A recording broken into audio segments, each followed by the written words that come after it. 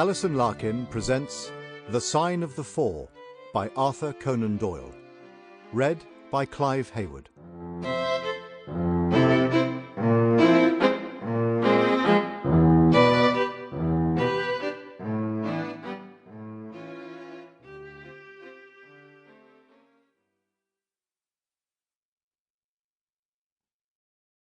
Chapter 1.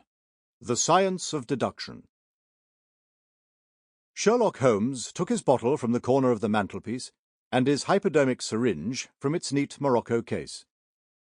With his long, white, nervous fingers, he adjusted the delicate needle and rolled back his left shirt cuff.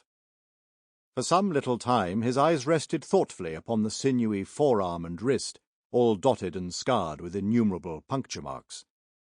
Finally, he thrust the sharp point home, pressed down the tiny piston, and sank back into the velvet-lined armchair with a long sigh of satisfaction.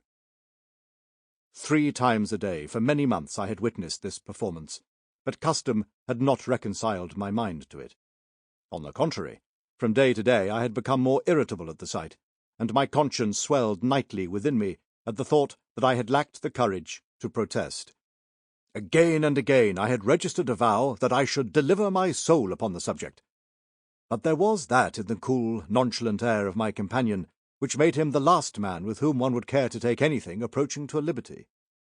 His great powers, his masterly manner, and the experience which I had had of his many extraordinary qualities, all made me diffident and backward in crossing him.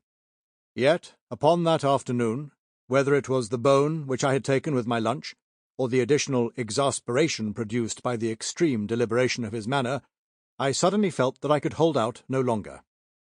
"Which is it today?" I asked. "Morphine or cocaine?" He raised his eyes languidly from the old black-letter volume which he had opened. "It is cocaine," he said. "A 7% solution. Would you care to try it?" "No, indeed," I answered brusquely. "My constitution has not got over the Afghan campaign yet. I cannot afford to throw any extra strain upon it." He smiled at my vehemence. "Perhaps you are right, Watson," he said. "I suppose that its influence is physically a bad one. I find it, however, so transcendently stimulating and clarifying to the mind that its secondary action is a matter of small moment." "But consider," I said earnestly. "Count the cost. Your brain may, as you say, be roused and excited, but it is a pathological and morbid process which involves increased tissue change and may at last leave a permanent weakness. You know, too." Sample complete. Ready to continue?